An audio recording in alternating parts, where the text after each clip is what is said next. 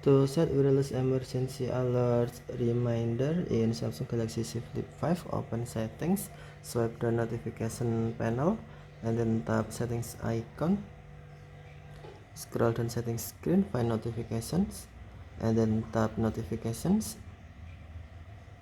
Next, tap advanced settings, and then select wireless emergency alerts. Scroll down the screen. Next, tap alert reminder.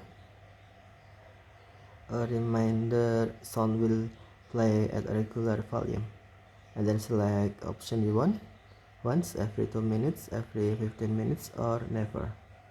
Okay. Set alert reminder, set as once.